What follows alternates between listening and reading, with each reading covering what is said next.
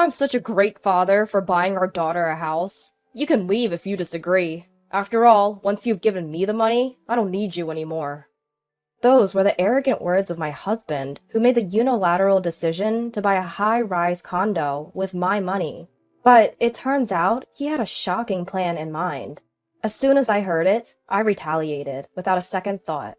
I went to my room and brought out our divorce papers. "All right, here, divorce papers." The look on my husband's face was priceless when he saw the divorce papers. I suppose he never imagined I'd have them ready to go. But the real counterattack was just beginning. I couldn't help but smirk. My name is Lily Johnson. I'm a 50-year-old office worker who has loved the Japanese language since my student days. I can carry on a casual conversation in Japanese without any issues. When I was 23, I married for the first time. Unfortunately, my husband left this world just 6 months after our wedding. The cause was a traffic accident. He was hit by a drunk driver. Back then, I couldn't accept the harsh reality and lived my days with a gloomy face. I received $500,000 in life insurance money after my husband's death, but no amount of money could bring him back. During the darkest times of my life, I was comforted by a man named Ethan Johnson. He was a coworker at my company who would listen to my story for hours on end. Over time, I found myself falling for him, and we married when I was 25. I never forgot about my first husband. I still vividly remember the times we shared, and I decided to keep the life insurance money untouched for emergencies. A year after marrying Ethan, we had a daughter, Mia. Mia is now an illustrator, living on her own. With her grown up, one might think I'd have a peaceful life with my husband, but that's not the case. Our relationship started to deteriorate when Mia was in her junior year of high school, because we couldn't agree on Mia's education. From the time Mia was born, Ethan had mapped out her future on his own. He repeatedly expressed his wish for Mia to attend a prestigious university, believing it would open up more opportunities for her future. He even enrolled her in tutoring services since elementary school. Ethan never pushed Mia too hard to study, so I didn't oppose. But Mia loved drawing more than studying, and even as an amateur, I could tell she was incredibly talented.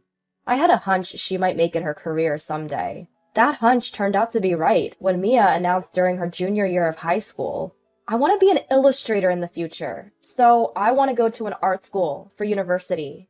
I wanted Mia to pursue what she loved, so I agreed. But Ethan was vehemently opposed. "Go to a prestigious university like Harvard. After graduation, work for a big corporation. It's more secure, and you'll be happier," he yelled, completely dismissing Mia's dream. Even when Mia suggested, I could start by working for a company, Ethan wouldn't hear it. "An illustrator? You're just playing around, drawing pictures. I didn't invest all this money in you for you to have such a frivolous career." He was so harsh that I found myself stepping in. "There's no need to speak like that. It's Mia's life. Let her try," I said. But that only made Ethan angrier. "Mia is my daughter. It's a child's job to fulfill their parents' dreams. And if she lives as I say, she's guaranteed to be happy," he spouted. Such nonsense. There's no guarantee that attending a renowned university or landing a job at a big corporation equals a happy life. It was shocking to realize Ethan held such a distorted belief. I had hoped he would eventually come to understand and support Mia's decision, but that was wishful thinking. Despite our attempts to persuade him, our efforts were in vain. A deep rift formed between us. While I took on all the financial responsibility for Mia's education and living expenses, he seemed dissatisfied. I remember his constant complaining and snide remarks. Despite all this, Mia was admitted to her first choice art university and worked hard at her art studies. She landed a job as an illustrator at a certain company and started living on her own. Though there are tough times, like working through the night and on holidays, she's doing well. However, my husband still refuses to accept Mia's job. He constantly complains, saying, "We wasted money on tutoring services. It's embarrassing to have such a failure as a daughter."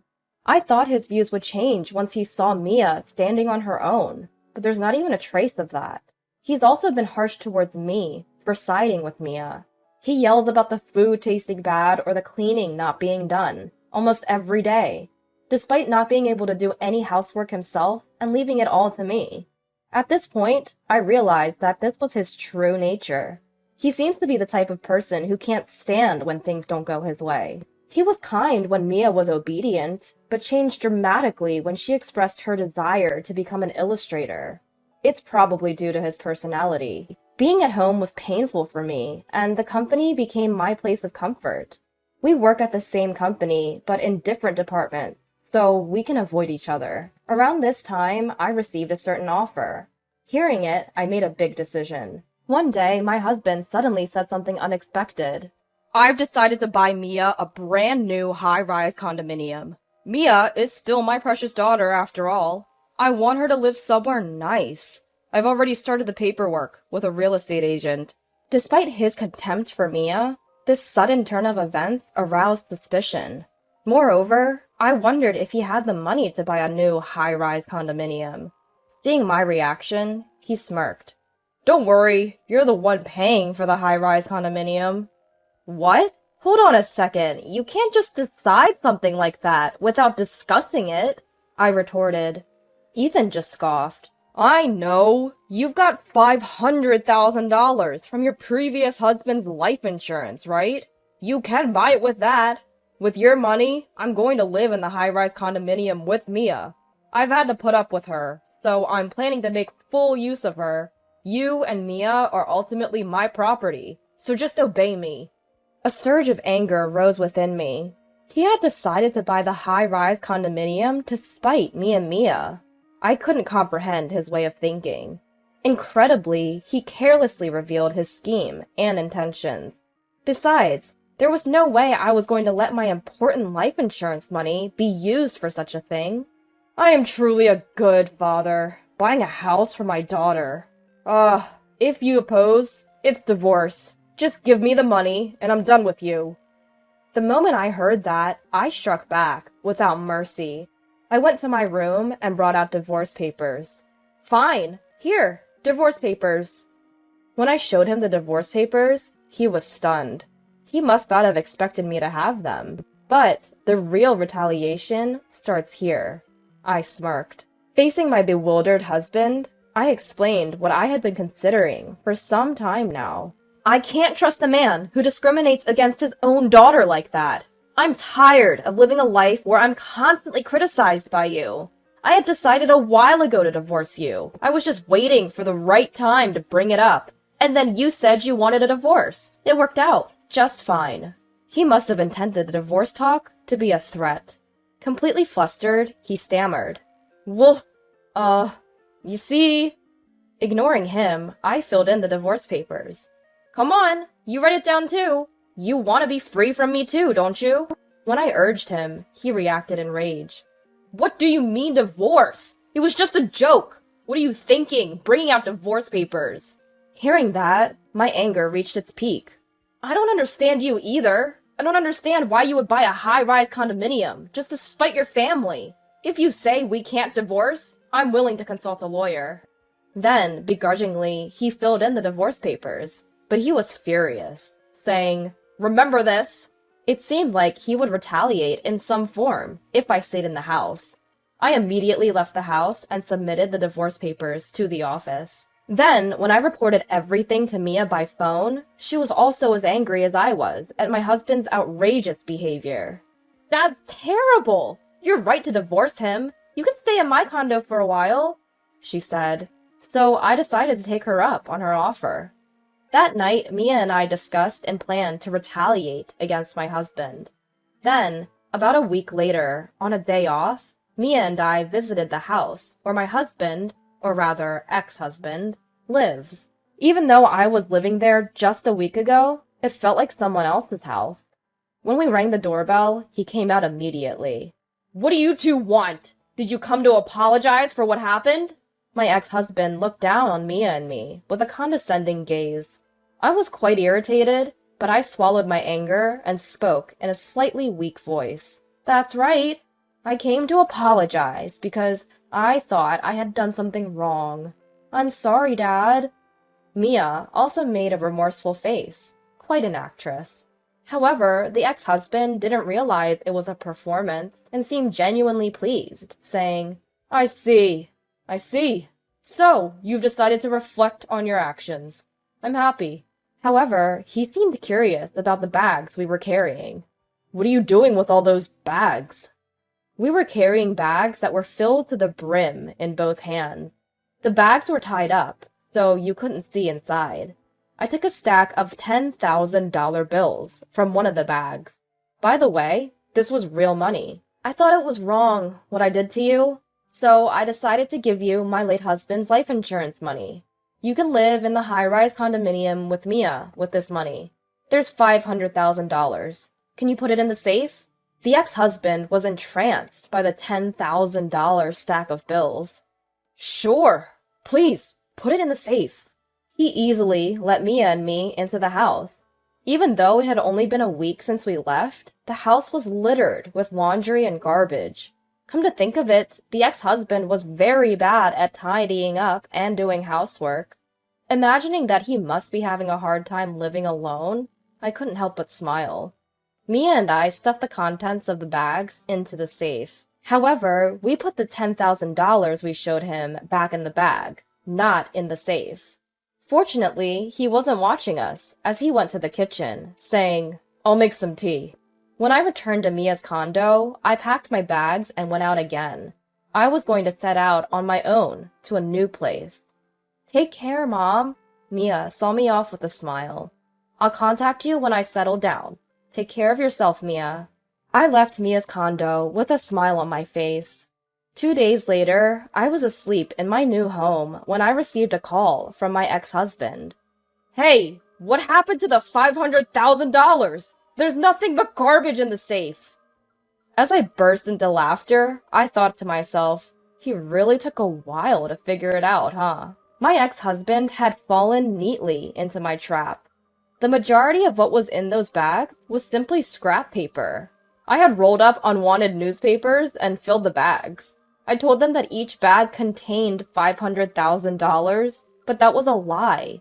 To gain his trust, I did prepare $10,000 in real cash from the bank. That money was immediately returned to my account, so I had nothing in hand. If he had asked to see the content of the bags, I was ready to show him, scoffing at the absurdity of the situation. But he was fooled by just the sight of the $10,000 and didn't suspect a thing until now. You've treated Mia and me horribly. I think it's fair to return the favor. If you want to hold a grudge, hold it against your past self, not me. When I said that, he responded desperately. I understand. I was wrong. Can we live together again? I can't afford the high-rise condo, and I can't manage the housework. My place has turned into a trash heap. Taken aback by his self-centered plea, I retorted, I'm not your ATM or your housemaid. You're an adult. Figure it out. Besides, I'm in Japan now. I can't come back to you. That's right. I was now living in Tokyo, Japan. This wasn't a mere overseas trip. I received an offer to work abroad from my company and decided to take it up. I've always wanted to work overseas, and I love studying Japanese. The offer that came before our divorce was this opportunity to work overseas. Once I heard about it, I decided to divorce him and live overseas. I could live my dream and get away from my ex-husband. It was killing two birds with one stone.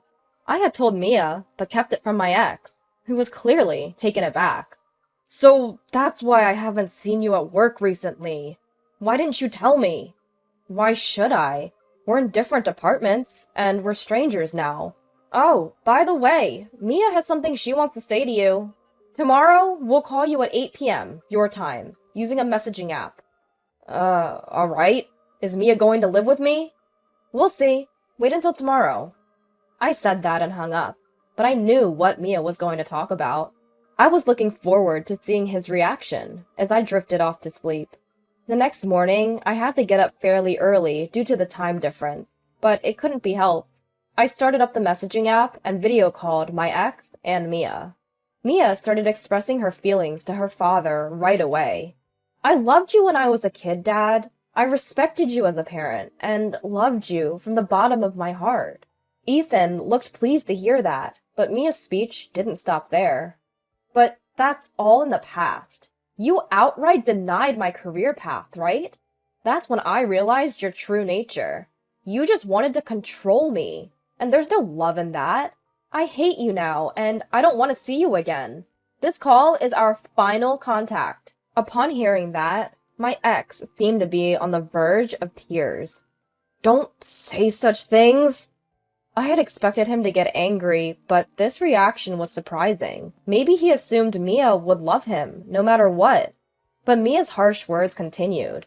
This is how I really feel. Dad, you need to reflect on how you hurt Mom all this time. Also, I moved out, so there's no point in going to the apartment where I used to live. Don't use detectives or anything to forcefully find out my new address. That's all I wanted to say. I also told him something I had forgotten to mention earlier. I've explained the circumstances of our divorce to our workplace, relatives, and your parents. I don't think relying on them will do you any good. Well, goodbye. Once Mia ended the video call, I also ended mine. My ex-husband was pleading. I'm sorry. It's all my fault. I apologize. So please give me another chance. But I didn't care about that anymore. Later, when Mia and I talked, she said, I feel so much better now that I've said what I wanted to. I felt relieved after seeing my ex-husband in distress too. Apparently, it became uncomfortable for my ex-husband at his workplace, so he resigned. He was disowned by relatives and his own parents, couldn't buy the high-rise condominium, and had to cancel. Moreover, he caused a scene at Mia's workplace, trying to call her out at the reception desk. He was immediately locked out and banned from the premises. My ex-husband, who kept repeating his selfish behavior, ended up losing everything instead of gaining anything. He seems to have lost all his energy and is now living as a recluse at home. A colleague wanted to ask him something about the handover of work and tried to contact him, but he didn't answer. The colleague went to his house reluctantly, where he found my ex-husband looking lifeless with a thick beard. He looked like a ghost, and a bad smell was coming from the room, according to the colleague. His house is probably in a state of garbage dump. Looking at my ex-husband living such an unfortunate life, I couldn't help but think he got what he deserved. On the other hand, I am enjoying my job overseas. I do hit cultural barriers being surrounded by foreigners, but I overcome them by carefully communicating. I can use my proficiency in Japanese, and I'm really glad I transferred overseas. Mia is working hard as an illustrator, and it seems like she's been giving some big projects recently. I have a lot of meaningful work, and it's fun, she said over the phone. It's a joy for me as a parent to see my daughter doing what she loves. Despite all the hurdles, both Mia and I are starting to shine in our lives.